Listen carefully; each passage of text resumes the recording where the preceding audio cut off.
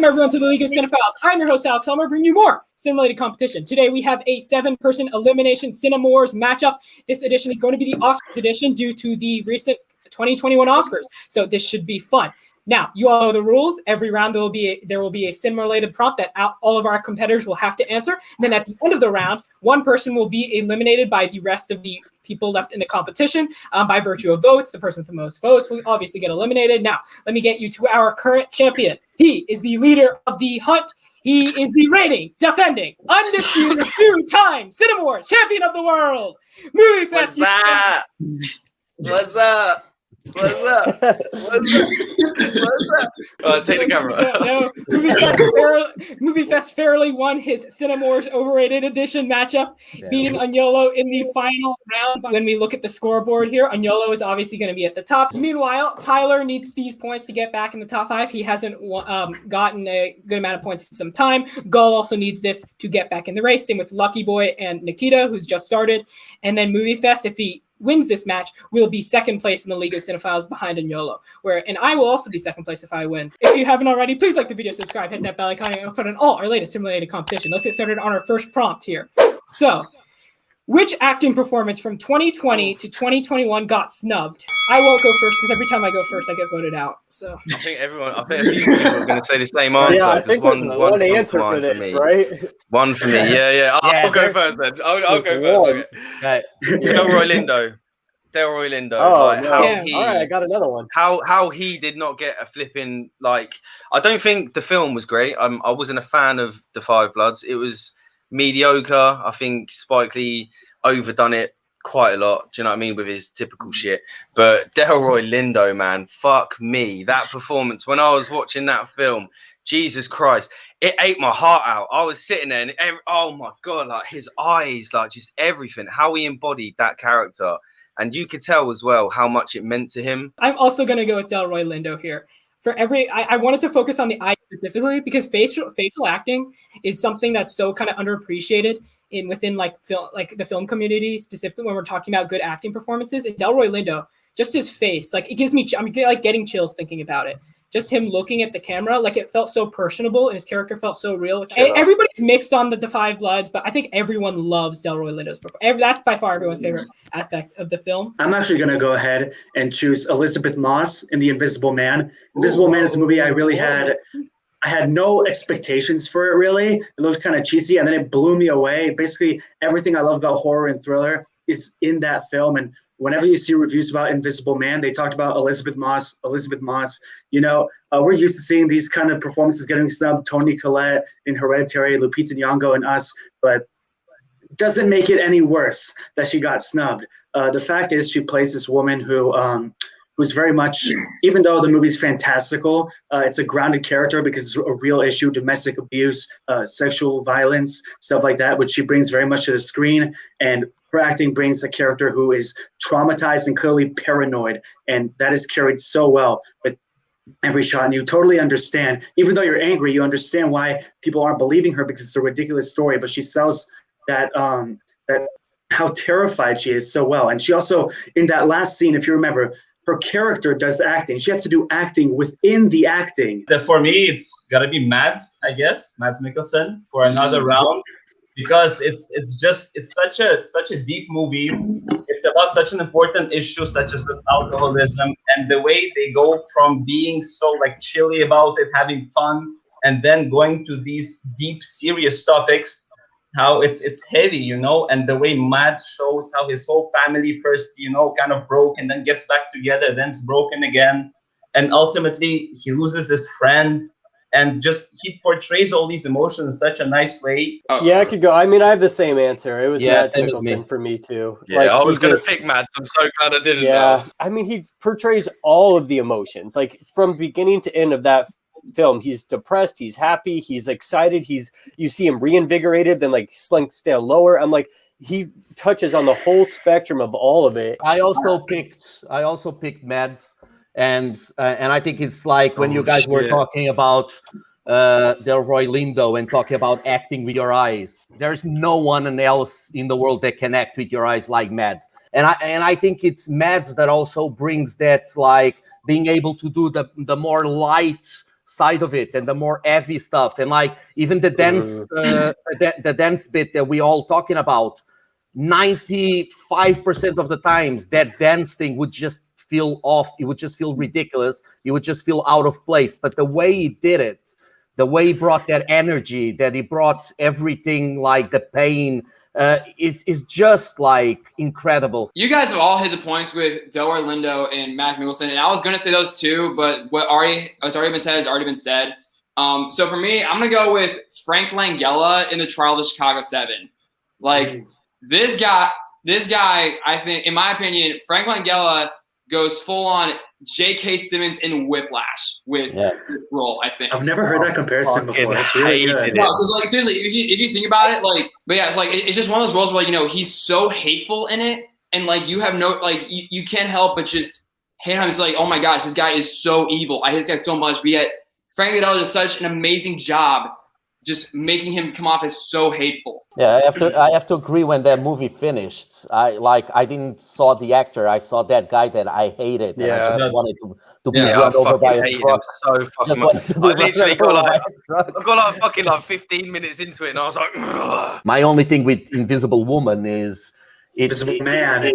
No, Invisible Man. No, like Invisible Woman. I was thinking about the actress, and I just mixed everything up. Like, my only thing with Invisible Man is that the performances in there are a little bit more cartoonish in some ways. It's a bit more of a fantasy. Let me just say, for like the Invisible Man, like, I mean, yes, Elizabeth Moss gives a great performance in it, but it's kind of forgotten now. I mean, like, when it came out last February, I mean, like, everyone's like, yeah, I mean, Elizabeth Moss should get the award season recognition, but then, like, you know, time goes on, and, you know, she kind of gets lost in it, and, you know, like, it's just kind of a forgotten performance. But I don't think it's a fair argument. I mean, how is it her fault that Corona happened?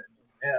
Wait, let me defend my pick here. First of all, I would not say that she was overacting. It's very much justified from her perspective that she's terrified, having been in an abusive relationship. But I think the performance is very fitting. And no, the if I had to performance is amazing. The performance is amazing. What I mean is, like, it's not easy, especially on the times she's acting on her own, because there's no one there. But I will say, on Gull's defense, I think that actually makes it better, that she's acting in front of nothing. But just to defend Gull a bit, if Taylor, like, is gonna say it's a forgettable performance, I don't know how It's many not people forgettable. are talking. I don't know how many people are talking about the one you picked, because How many people are talking about easily? who are you I love talking Frank about? Langella, but he was easily overshined. Easily I'm outshined sorry, by are Sacha you Baron talking about Cohen. Frank Langella? Yes, who I are you was talking saying- about? He was I was outshined by talking Sacha about Baron Frank Cohen. Langella, like, He was because outshined by Mark got Rylance, it. Eddie Redmayne, Yahya Abdul-Mateen II. I love Frank Langella. I think those guys definitely outshined him and should have got nominated first. And the Whiplash comparison was a bit too much for me. Like, J.K. Simmons gives literally one of the best performances ever. No, I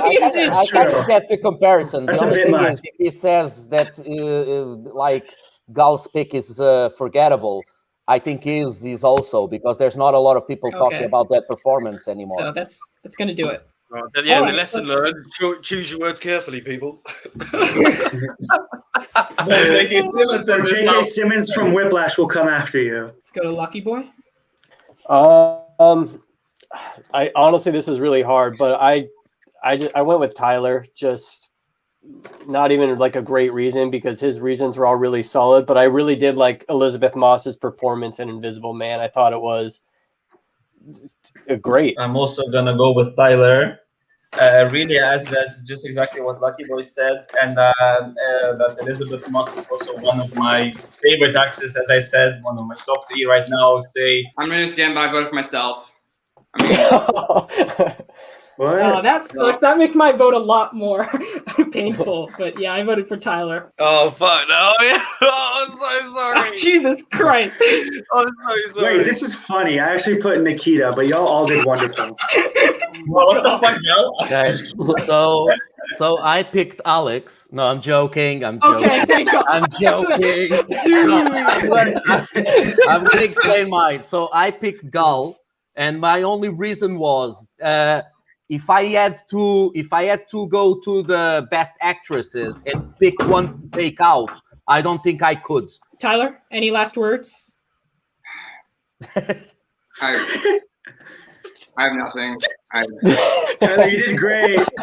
Stay around. bro, Everybody, I stay- love him. let's go to the next topic. What is the best picture winner pre-1970?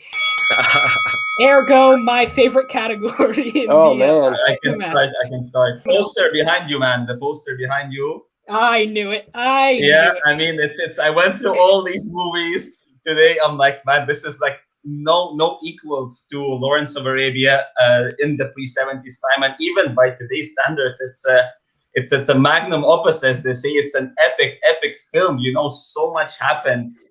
And it's so interesting. It's not just like relevant, let's say, to one period of time. It's a big historical war epic with wonderful acting, music, setup.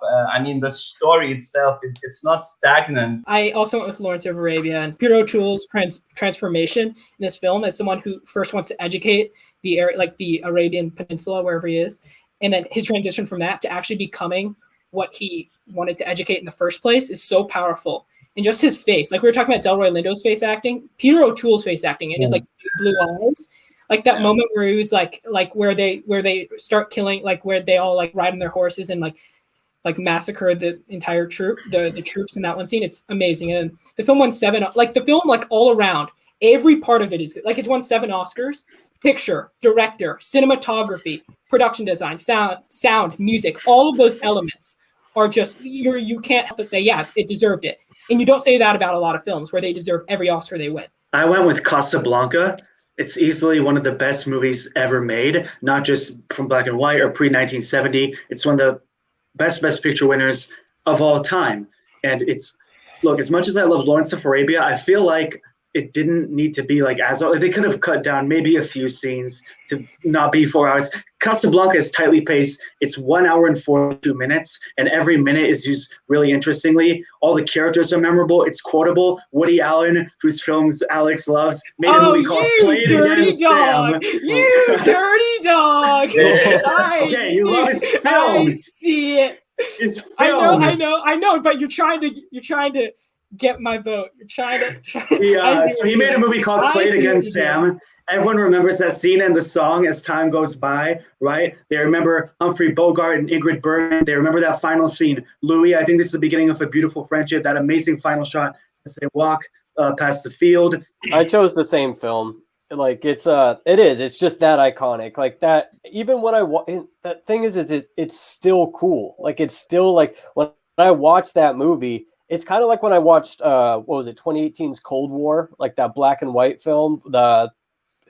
It kind of has that same aesthetic to it where I'm just like, God, when I watch this, like just watching the smoke come off the cigarettes, like as he's sitting by the piano, there's so many iconic moments in it, the lines. For me, Casablanca is great, but this is one of those questions that I expected there was like 2 or 3 answers, and I'm saying Lawrence of Arabia is a movie that I think since then it was never done before. Just like the scale of it, and like we were talking about, we could have cut some scenes and this and that. But the thing is, there's a lot of movies that are long and don't work. There's movies that are long and work, and this is just one of those great examples that every scene that's there just builds on the story. And like David Lean did some movies, but he never did a movie like this ever again. It's like the performance is like, just imagine what it is to film that movie and in like 1962 in Casablanca. They're like, yeah, there's really good quotable quotes, but I think the movie in itself, the story loses a bit of memento. And like Lawrence of Arabia, even if you see it today, and I had the opportunity to watch it on a big cinema in a restoration, it is like just groundbreaking. That's basically the same film I was gonna fucking say. So I ain't really got much to say from that. I've literally seen 2. It was Oliver and Lawrence of Arabia. So I'm like, I can't fucking say Oliver. As much as I'd love to pick Oliver, it's a great but it's no fucking best picture pre-fucking 1970s, and I'm like, shit, what the fuck do I do here then? Do you know what I mean? I've seen 2 films. I knew everyone was gonna fucking say it, so I was just like, I might as well let you guys say your pieces. But the thing that I'm gonna touch upon, which I think you guys didn't really that much, was Freddie Young's cinematography, man. Like that is that film is one of the reasons why I have become so infatuated with cinematography. Do you know what I mean? The frames that he captures, the silhouettes as well, like the long landscapes, and when they're orange background, the color palettes. Then you've also got like the blue clouds and they're going through the desert, and then you got the silhouettes of like the shadows and the camels or the horses or whatever, and they're oh my fucking days, man. It is just such a fucking beautiful film to look at. When they have like the 10-minute intermission, I watched the entire intermission specifically because the score played during the intermission. I was like, okay, you know what? I might as well just like, and I just sat there and just like it and let it like consume me, the music. I don't really remember that many quotes from Lawrence, and the movie's 4 hours. And I saw it recently. I don't remember all the dialogue, and Casablanca just has more memorable dialogue. Like, here's looking at you, kid. Play it again, Sam. I think that's the beginning of your friendship. We'll always have parents. But that's the thing. It's not about quotes. It has a more cultural impact, too. And it's Humphrey Bogart's such a cultural impact. People, that's true. Like I said, I feel like you're just talking about the screenplay, Gal. And no. But like I said, Cold War is building off of so important. We're talking about the best picture winners. The best, and we all just mentioned how as an all-around film, Lawrence of Arabia is so well-rounded. And also, the screenplay is actually a huge part of the movie, so I wouldn't let you just undermine the point because of the screenplay. No, yeah, the screenplay is a big part. Not the only part. No, but you're talking about like on yellow, like also, it's a beautiful movie. Like Lucky Boy said, though, black and white. Yeah, Cold War was built off of that. Like, it's still an inspiration to a lot of movies now. Like, the set design of the club. Yeah. All right, so that's gonna do it. Okay, so now vote for the person you think should be eliminated. Before I started, I had Alex's name written all over. Like, I thought I was just going to lift the paper. So, unfortunately, I went with Gall on this one. So. I'm sorry, bro. Agnolo? Yeah, I went with Gall also. I went with MovieFest. Obviously not myself. That's why I do that. You know? Gall as well, yeah. Sorry, man. Lucky Boy? I just went with MovieFest just purely because he got stuck being the last one to talk about the movie you guys talked about. You did good. Yeah, he did exactly. I don't understand why you were digging at Lawrence of Arabia because you kind of like dug your own grave there. I don't understand why you started doing that. Like you could have done. CINEMAWARS is. The thing was, what else could he dig on? Any last words, Gall? Gal should have changed. Like I said, I say Lawrence of Arabia. Let me alone. Just say fuck pre-1970s. All right, yeah. Alex, I think this is the beginning of a beautiful friendship. Sorry, I had to get that in there. Oh, that was a much better quote. Man, that was hard. Gall gets the award for the best person to ever, like the best last line of any person. So let's go to the third category. I think that award is for Tyler when he just goes no. Besides the Oscars, what is the best movie awards ceremony? Oh yeah, I think so. Who hasn't gone first? I don't know. I have. Yeah. But the only other award show that I genuinely think is just as fun, and because it's the counterbalance to the Oscars, is the Razzies, and I love them. Like they're so funny, favorite. Man. Yeah, the Razzies are such a good time that they like literally it's the perfect counterbalance to the Oscars. So it's like you get the prestige and then you get the shit talking, and it's so funny. And I'm like, yeah, as far as like all the other award shows, I'm like, this one is my favorite. Like the Razzies, man, it is absolutely brilliant. So for anyone that doesn't know, obviously it's basically made for calling out all of the worst films or the worst performances of the years, you know what I mean? And there's been some fucking amazing ones. Like I love just rolling up a doob, and then you go on and YouTube, they have some hilarious videos. Their announcements are absolutely fucking hilarious. And for example, just see how three of us aren't laughing. I don't think Agnolo is going to be happy, but Sandra Bullock won for The Blind Side. Like, the same year she won Best Actress. It was so good. It was so I'll never forget why would I have a problem with that? I mean, okay, it's near the bottom of your list, so it's not maybe in the top 100. The Blind Side. The Blind Side. That's not it's not a terrible movie. Nominated for Best Picture. Sandra Bullock winning for that. No. It is one of those movies that I like movies that inspire us to do something. Why would I? And then do not all only that, and then just to top it all off, last year, mate, one of the ones that have been topping it all off is John Travolta with his film The Fanatics, mate. When he won that for that, I was like, yes, it is just an absolute laugh, man. I'm gonna blend the Oscars and the Emmys, and I'm gonna go with Golden Globes. Why? Because it has the TV shows in it, which is something obviously most of us watch and we're passionate about. But at the same time, as we discussed, someone mentioned a group that Golden Globes like to surprise you with some bombs. So, which is always nice to see, you know, something not predictable. I just had to go with the Golden Globes. First of all, like the last couple of years, with Ricky Gervais presenting it, it's been the most fun show of all of them, because it just because there's a mix. The Oscars takes themselves a little bit too serious. If we go to the MTV Awards, they just completely stupid. So if you go with the Golden Globes, it's kind of like a mix. You get the laughs, you get to see like the actors in cringing when Ricky Gervais is making jokes at them. So like when I was thinking about the ceremony, he had to be the Golden Globes because of that. It's more of a show. So I have to go with the Golden Globes because the ceremony, and there's one thing you guys didn't bring up, and that's at the Golden Globes, which is obviously the second biggest film award show besides the Oscars, the actors are allowed to drink.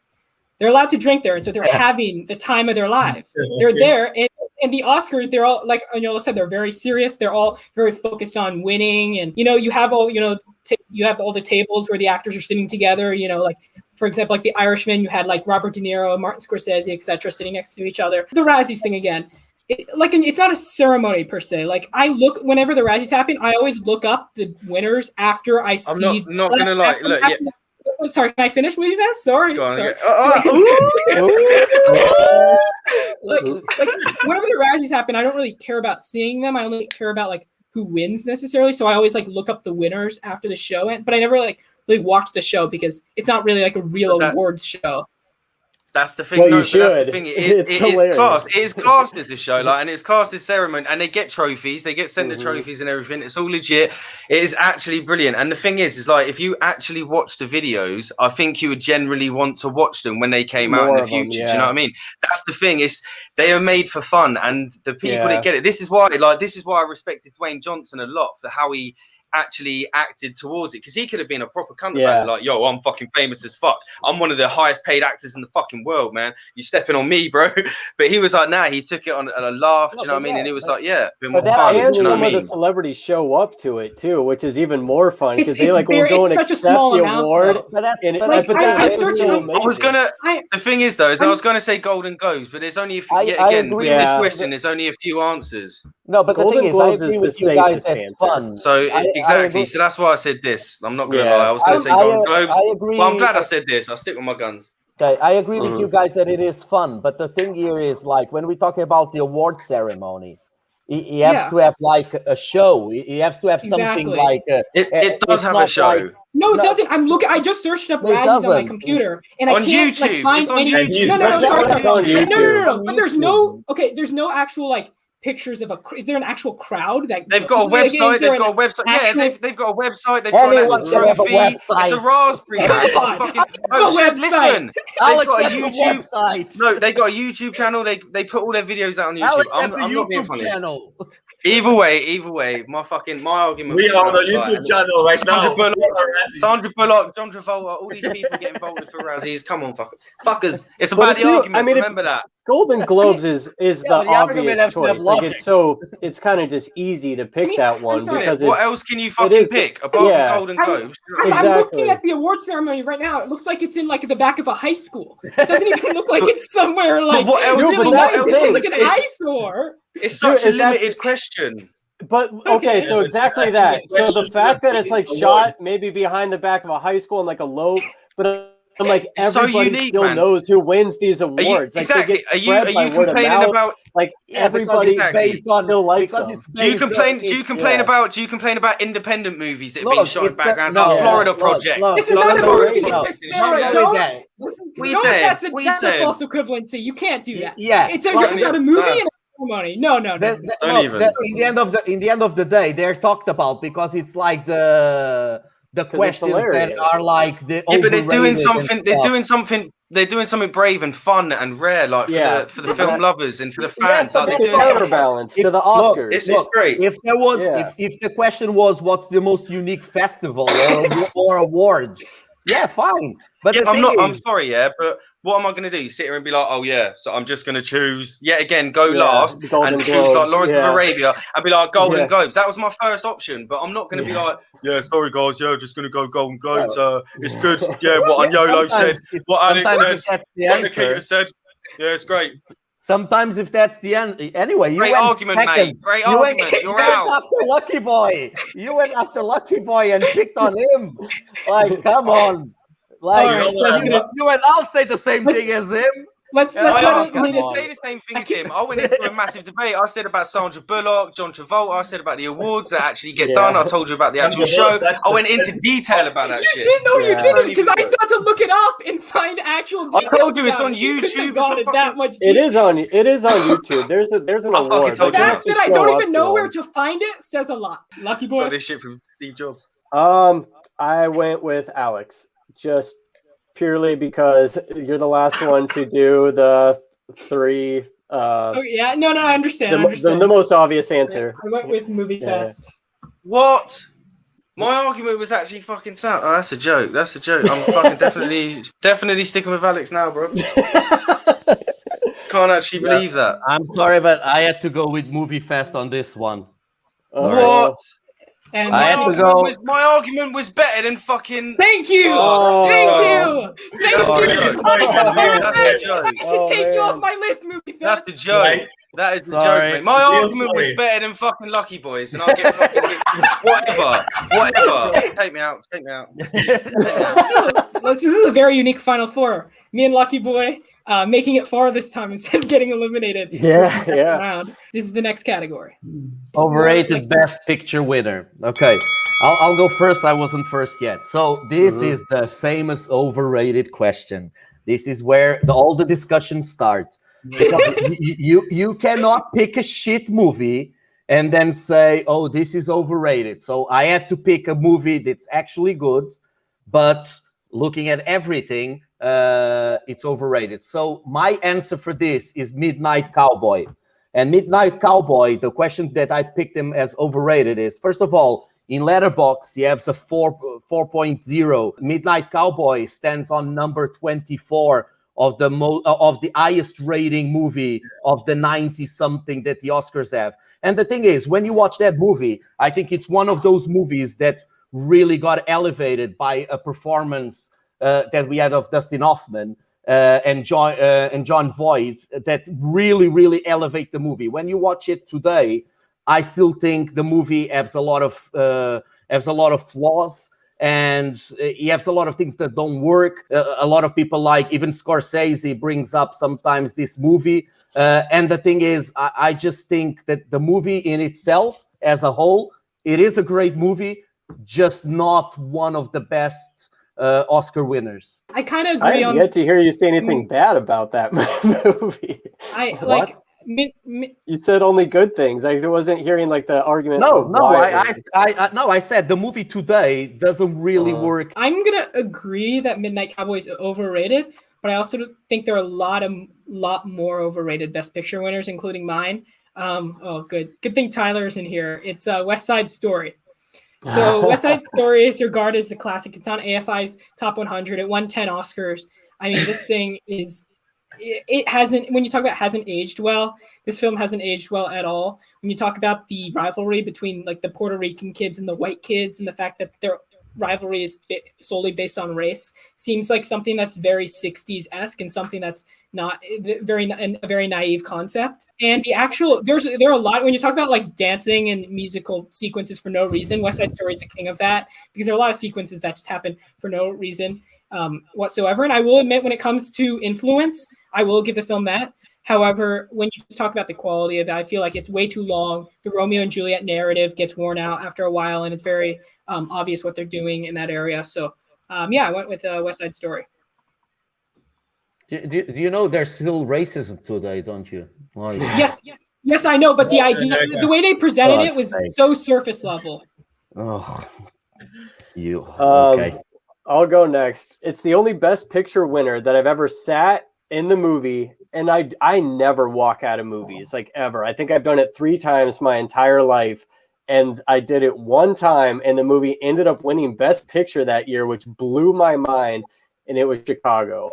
And I was like, my God, how did this movie win Best Picture? And still, people love it. Like, it's got like an 88 from critics and audiences on Rotten Tomatoes. It's like it's on every like list that I've looked at. It's like within like the top 20 of all the film, like all Academy Award winners. I'm like, how? Like, I just.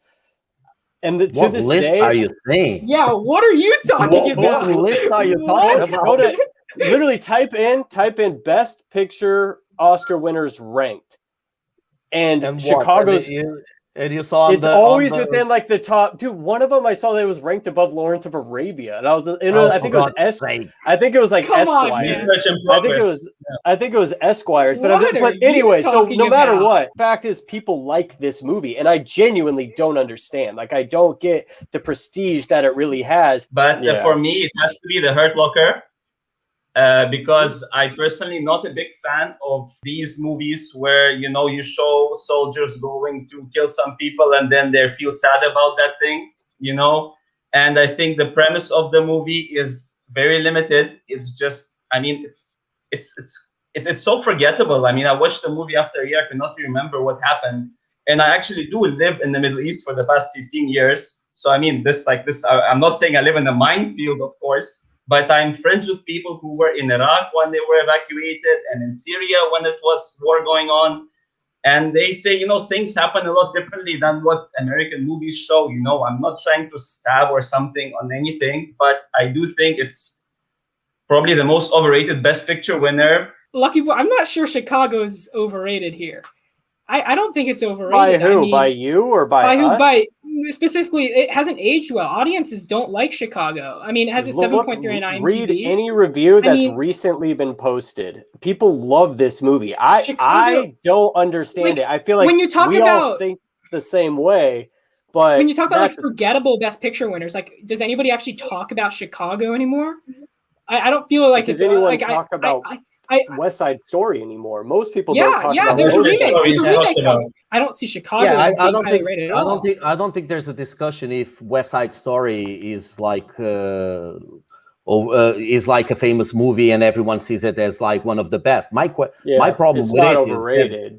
My problem with it is that it's not overrated. And when you say he like goes on the racist thing, like really in a really shallow way, I think it really shows how stupid racism is. Like, people have no reason to have that, but that's how it is in the real world. I think West Side Story, and that's the reason. Fair. And that's the reason that he's gonna get a remake in today's. Okay, that's why thing. That demonstrates my point. How important it is. No, that demonstrates my point because it's a movie that I said hasn't aged well, and my point is demonstrated by the fact that there's a remake coming out.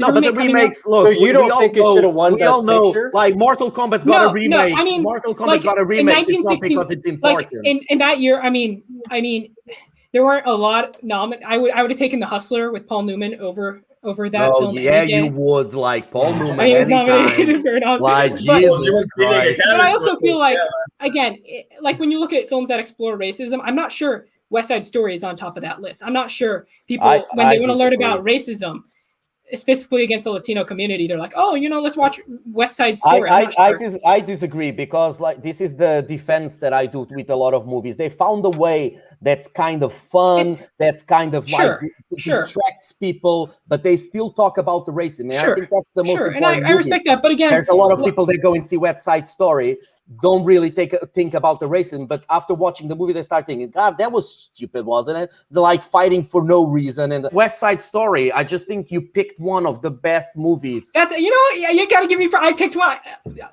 Sorry, Chicago is more highly rated by far than any of the movies you picked. West Side Story is. I took a risk on this one. I thought about it. Believe me, I could have picked something else. But by far, I picked the ballsiest answer. All of you, like, The Hurt Locker might be second, but at the same time, like, West Side Story is up there. It's up there, and I mean, it's not top 10 or anything. But it's like ballsy, but it's stupid. Alex smiling. And Yola has been waiting for this all day. I think. It's Alex. Yeah, I went with Lucky Boy. I kind of knew I was out there. I'm glad I survived this. Oh my God, Yeah. Lucky Boy! He went for his teammate. He could have gone. I had to vote for somebody. Remember this, Lucky Boy. Remember this. I thought I was gonna make it all the way, Hey, guys. you done better. You done better I than did usual. better. I did better. I'll get the points. Congrats to everyone who made it this far. What is the most underrated Oscars category? This one is gonna be. I'm generally interested to hear what people say because it should have been in the beginning, I think, because it's so many different options. I already know. I don't know if I can go first, but like Sure. for me, it was really easy, and it was the editing category because like there's so many like tales in Hollywood, and one of the most famous one is Star Wars. How the editing saved that movie, and I think sometimes people give a lot of props to the director. They give a lot of props to everyone, but like the editing of a movie can make or break a movie because it gives them the flow, it gives them the pace, it gives them everything. People, for example, talk about Memento, and Memento is all about the editing. I actually chose a different answer.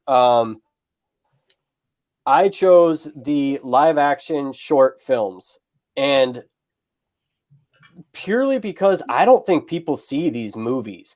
And like every year I show up because like there's a theater close to me that'll release the live action short and animated films, and I always go and I just kind of watch whatever it is that shows up. And some of these movies are so incredible, and they're like 9 to 20 minutes long, and I'm like, my God, like they pack so much power into such a short film.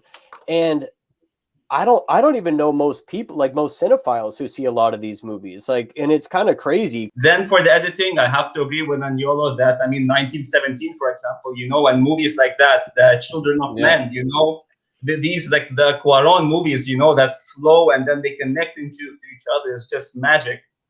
But when I was actually looking at people with the most Oscar winners in history, I saw that one costume designer won 8 Oscars and no one even knows her name. And then it got me thinking, the costume designers, they spend their whole lives in these movies. They're like 8 years old, some of them, when they come to get their awards, they're old grannies, and they made the costumes for Mad Max. I will never forget the group of people that came out, the Mad Max designers. And they're like, what's this, And these people put their whole lives into this, make these costumes, elevate films like Lord of the Rings. But then they're never remembered. It's not like score. We all know who Hans Zimmer is. We know Roger Deakins, and but we don't know who makes these costumes. I think this is all great picks. The only thing I would say to Lucky Boy is that like the short live actions, like for example, we have some that are on Netflix now. So they are getting some attention. And the thing is, some of these guys, this is a step up. If they do a good job on the short live, they probably get the chance of doing a movie, and then they become the director of a big movie and whatever. So they have more of a chance. Like even this year, have any of you watched the short films that have come out? Yeah, like and like I'm saying, like on Netflix, and the awards are tomorrow, but no one will see strangers. Them. Like on Netflix, you have 2 different strangers that I saw there on Netflix, and he was, at least in Portugal, he was on the top of the most viewed. That's gonna do it. I'm good. Agnolo? Yeah, I voted for Lucky Boy just because of what I said. I just went with Agnolo purely because he's on top. Oh my God! He's learning. He's learning with Alex. Right now, but I'm going with Lucky Boy as well because I mentioned in my argument when I started that this was one of my picks. Let me just say, Lucky Boy is learning with Alex. Lucky Boy, don't learn those tricks. Don't learn those. It was gonna be me. If anybody did that, well, I couldn't pick anybody because like everybody's answer was really good. I'm like, that's the thing is, it's I mean, all of these are super underrated. Completely agree. Like we. Yeah. So like if I have to find a justification to do it, I was like, at least you have the most points. So I'm like, it won't hurt you. It won't hurt you if you lose. Any last words? I have no points. It won't hurt me at all. Yeah, that's true too.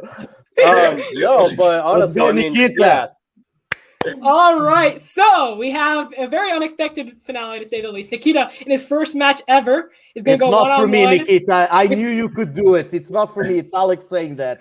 No unexpected for me. What do you? No, I'm just kidding. No, That's not the category. I was gonna start screaming, and the new champion, Nikita! Like, what is the best picture winner of all time? okay, like, can I go? For me, this was very, very easy because it is one of my favorite movies of all times by my favorite director of all times, and it's Schindler's List. It is just like, I have very few movies that I say are perfect, and like Schindler's List is like probably the one that jumps to my head every single time. It is just beautiful. It was very unexpected movie coming from Steven Spielberg, and it doesn't shy away something that people could imagine that he would do because he's more of a children director in some ways. So I just think the cinematography is brilliant. The acting is like, look, seeing that movie and then watching all these crappy movies Liam Neeson does now, you just think, Jesus, what happened there? And I think still today is one of the most important movies because we all talk about what happened and the thing with Nazis, and that movie there is a great way to make general audiences and more a broad spectrum of society to see just how horrible it was. But at the same time, like I said, it's hopeful that there's good people anywhere. For me, it's like no argument. It's obviously going to be The Return of the King. I'm a huge fan of Lord of the Rings. I started loving cinema because I watched Lord of the Rings. I actually started with part 2 in the cinema. Then I bought the VCRs. And just now it was released in the cinema. I watched it for my 14th time, all 3 of them. I can't say a single thing I don't like about this film. Each time I watch it, I feel like I'm watching it anew. I never get as emotional in any film as I get in Lord of the Rings. I mean, the Charge of the Rohirrim, I get goosebumps right now just thinking about that part, hearing the music. It's an epic akin to the Lawrence of Arabia in terms of spectrum and the battles. And for the 2003 times, the technology was not so flashy and whatnot. We didn't have the Avengers special effects. And the models were phenomenal, the Minas Tirith and whatnot. And statistically, 11 for 11, it's the best performing movie in the Oscar history. Schindler's is 10 out of 10 for me without a question. But if we're trying to, refute somebody's argument, I would say that maybe it could have had a bit more of a open ending considering the issue at hand, World War II, Holocaust, and Nazis. Yeah. And I would defend that because I think in something that's so like final, there shouldn't be a discussion in terms of like Second World War, Nazi and stuff. Like it was a bad thing, and I think they showed it perfectly. That's why probably it's more closed in. Like my problem with the Return of the King is that it is not one movie. Like if you don't see the other 2, it doesn't work. So for me, it's like when we're talking about best movie, and I had this discussion a few times with things like Endgame and stuff. Like if you have a movie that's broken up in like 3 movies in total, it kind of like loses the chance for me to say, oh, this is the best movie that ever won an Oscar, because he needs the other 2. All right, Tyler, we haven't seen you in a long time, man. So who did you vote to be eliminated?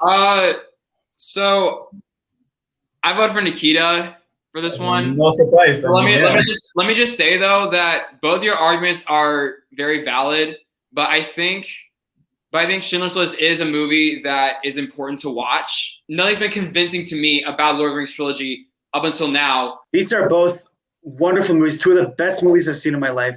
For me, without a doubt, the choice was Schindler's List, and I voted for Nikita because I just think Agnolo got the edge there with the argument that I will show people I love this movie. This movie is a cultural stamp. Probably wondering why I'm here instead of MovieFest. I think MovieFest left.